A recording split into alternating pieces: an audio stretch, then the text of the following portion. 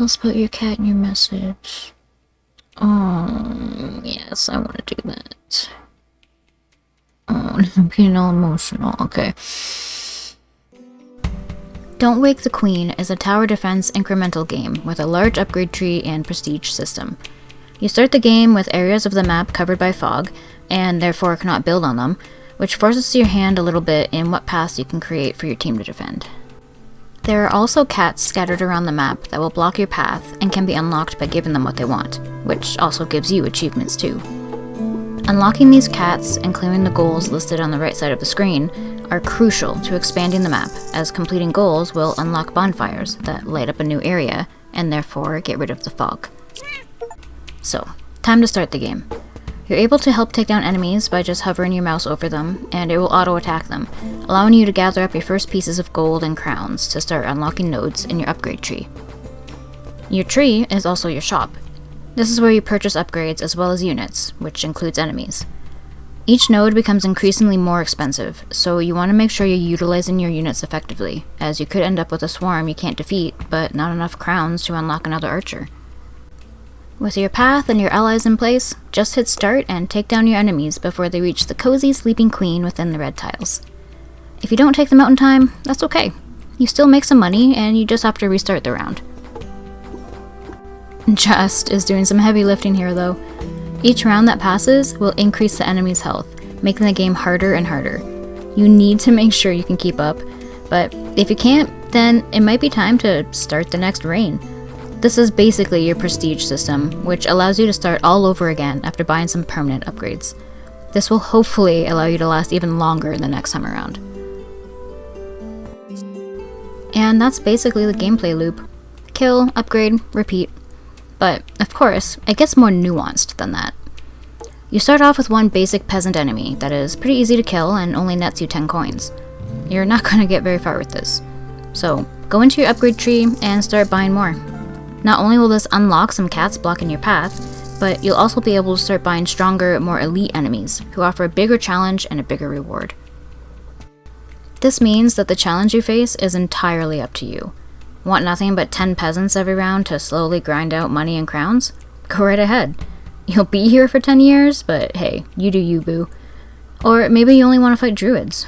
Well, just connect your paths to forests instead of houses, and you can fight fairies or druids or whatever forest-dwelling folk you've unlocked in your tree. I can't say that I recommend it, though.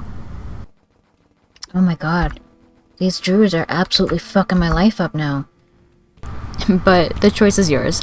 For maximum chaos, connect everything. And that's another aspect that's in your control. The path that the enemies take towards your queen. With enough of the map unveiled and cats out of the way, you could loop the houses or forests all around the map for maximum damage time if you so prefer. Or make it a short romp to really give yourself a challenge. Again, the choice is yours. How you choose to finish a round is in your hands, and there's no penalty for where you drop your paths or units. Don't like a spot? Just pick it up and move it somewhere else. Nothing is permanent. Having trouble keeping up? Maybe just disconnect a forest or a house for a few rounds so you can farm up some crowns for more units. There's a lot of options for how you want to play. And you still get gold if you fail a round, so you can still upgrade your units and try again. You just don't get crowns until you successfully pass. And while crowns are important for purchasing units, they're also your prestige currency. The more crowns you've accumulated in total in your run, the more upgrades you can buy when you start over. So you'll want to succeed as often as you can, but you're not severely punished if you lose. This is helpful too, because losing a round can show you the weak spots in your defense and allows you to re-strategize if necessary. I haven't been checking down here. They're struggling a bit now too. Holy shit, I don't have enough dudes here to take them out.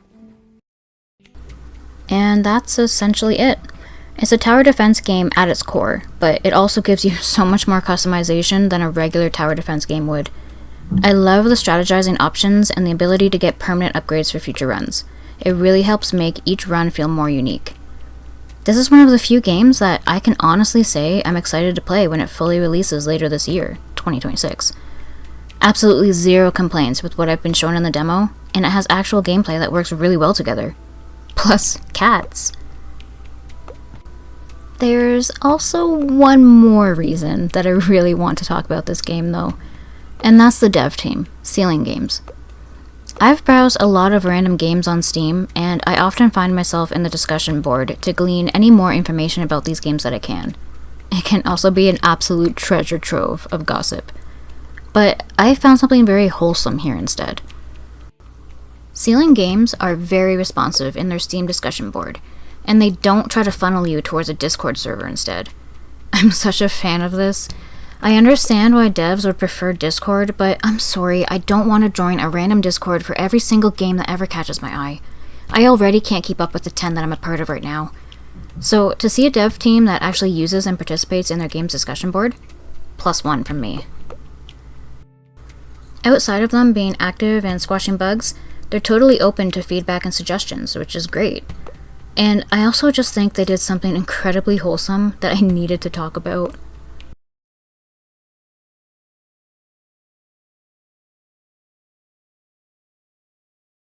This is not something the devs had to implement at all in their game. They could very easily just use a random name generator and a handful of different colors for their cats and call it a day. Or hell, even lock this sort of thing behind a paywall on Patreon or Kickstarter. But they didn't. They're taking the time to actually put this person's cats into their full release of their game. And they even encourage you to ask when you beat the demo. I cannot emphasize enough that they did not have to do this. This game stands on its own as an incredibly fun and well-polished product. They didn't have to enmesh themselves into their community like this. But they did. Because they care. When was the last time Sony did something like this? Or EA? If it doesn't line their pockets, they don't care about the customers. Hell, even Blizzard used to be good for this sort of thing before the OG team got cast aside. Indie devs are where it's at, as they usually care about the product being made and those of us who take the time and money to play their game. Don't Wake the Queen is a fun gameplay loop that puts a twist on the usual tower defense and incremental genre, with a dev team that is clearly passionate and care about their potential customers. That alone deserves more recognition. So, please, give this game a look. The demo is pretty extensive, and I guarantee you'll have a blast playing it. I know I did. And if you want to keep up with other hidden gems and developer highlights, feel free to, you guessed it, like and subscribe.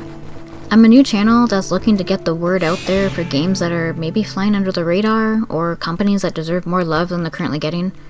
There's been a lot of disappointment in the gaming sphere these days, and I'm striving to find the good within it all. As always, thank you so much for watching, and I hope you all have a very wonderful day.